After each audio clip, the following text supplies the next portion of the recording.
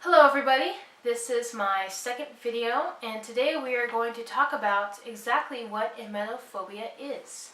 Most of you know it as the extreme fear of throwing up or seeing people throwing up or you doing it yourself. But it's a little bit harder to explain than that. I'll go into further detail, mostly in the perspective of myself, what I'm dealing with. But a lot of the symptoms I know that my fellow comrades are suffering through as well. And I'll go into generics of how everyone feels and how everyone's suffering, and then I'll go into specifics on how my phobia is to me. So we'll venture on into that. First and foremost, emetophobia, or emetophobia, I've heard both, is the sixth most common phobia in the world. Pretty hard to believe since most of you probably have never heard of it until either my video series or from someone else. So that's why I want to spread the word about exactly what this phobia is. Since so many people are suffering through it around the world, maybe we could pass it on to teachers and parents. Once they know the symptoms and the specifications of the phobia, they can keep an eye out and help their children through this deteriorating phobia. So most people suffer through it from themselves. They have an extreme fear of getting sick on their own. They hate doing the act. Most of the time the fear comes from the buildup of doing the act. Just the fear of getting sick. You feel it, you know that symptoms are coming, you know it's going to happen, you just don't want it to happen.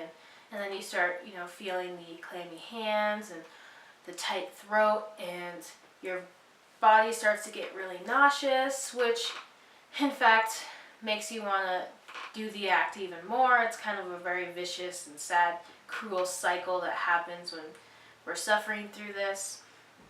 And then you start to lose control of your mind because it's so scared, you don't want to do it. It's just terrible, and most people say they would rather die than get sick. And that's just because that's how our mind is processing this. All of this to us is so terrible, it's so bad. It's as if doing the act is going to kill us ourselves. That's how much we fear it. And it's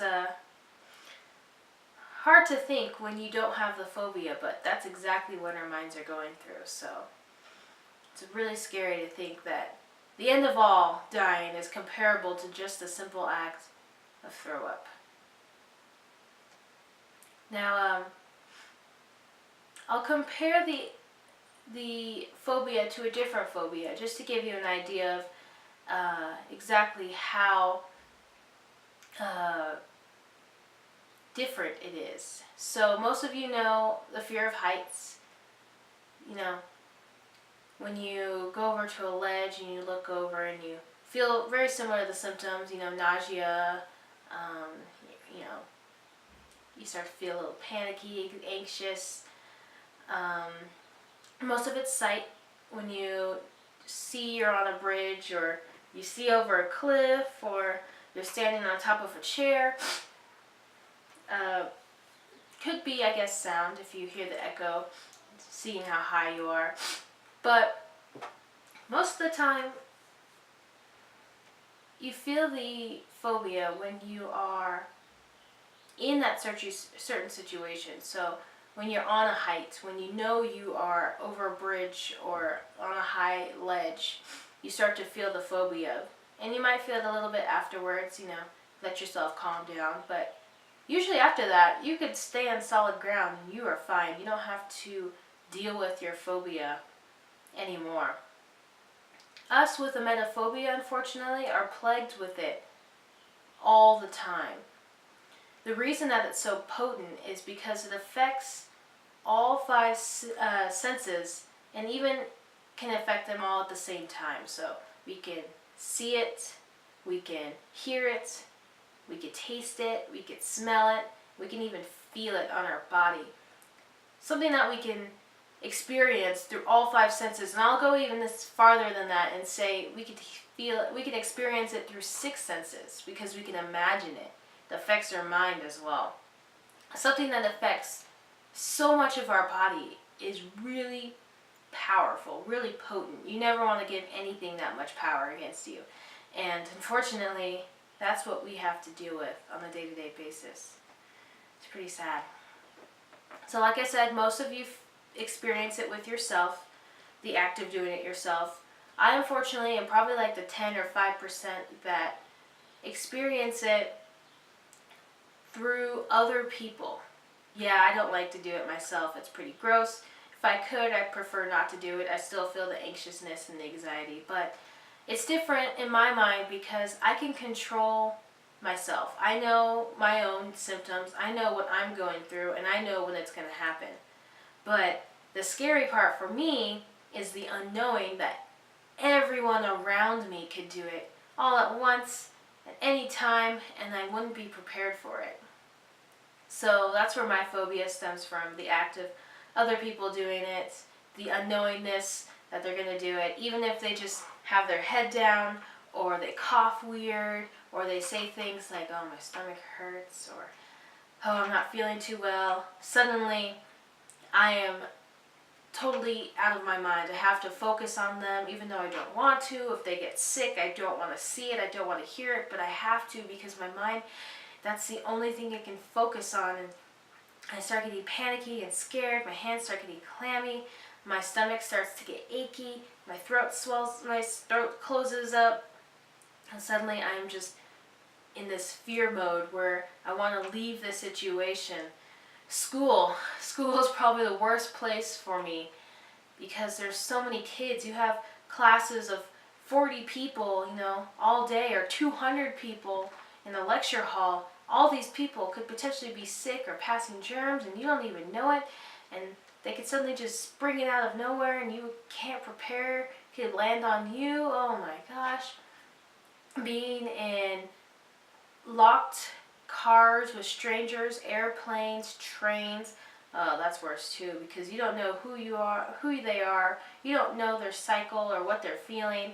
Suddenly they can get sick and you have no place to go. You are stuck in this vehicle for who knows how long, and you want to get away and go somewhere private, which is usually a bathroom, but you can't go to the bathroom in case they're going to do the act themselves. You don't want to block it, but you just want to get away and escape. And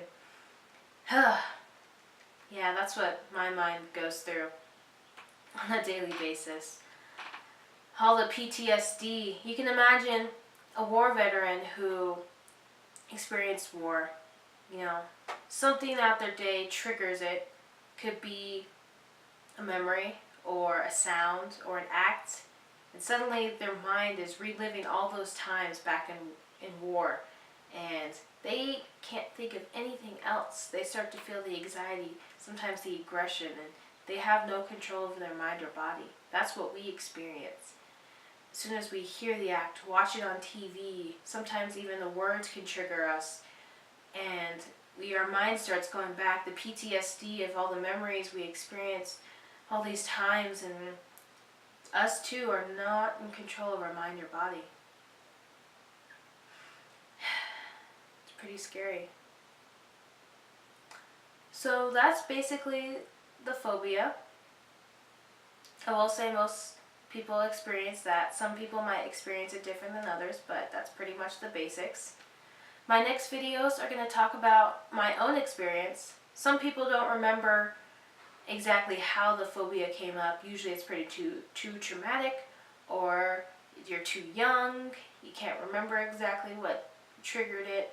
But for me, I have the unique experience to remember the exact day that my phobia came up. So I'll tell you that story. I'll tell you little anecdotes about how I deal with my phobia day to day. It's pretty hard, especially working for retail, but I deal with it, and hopefully by telling you those stories, you can help you get through it. And I'll tell you some funny stories of different experiences I've had dealing with the sickness, and all those should probably be very entertaining. And then I'll start going into the trials and experiments of trying to conquer my phobia.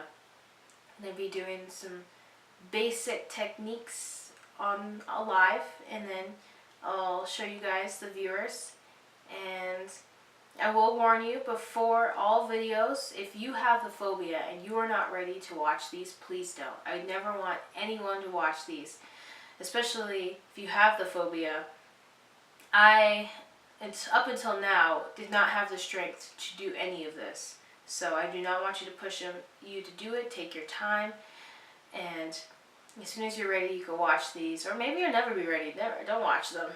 Just never ever force your friends or anybody who's not ready to experience this to watch this. This is for me and for those who are ready. As always, if you have any suggestions or comments, any psychology friends that have pointers, they can send them to me. Any encouraging thoughts is also appreciated.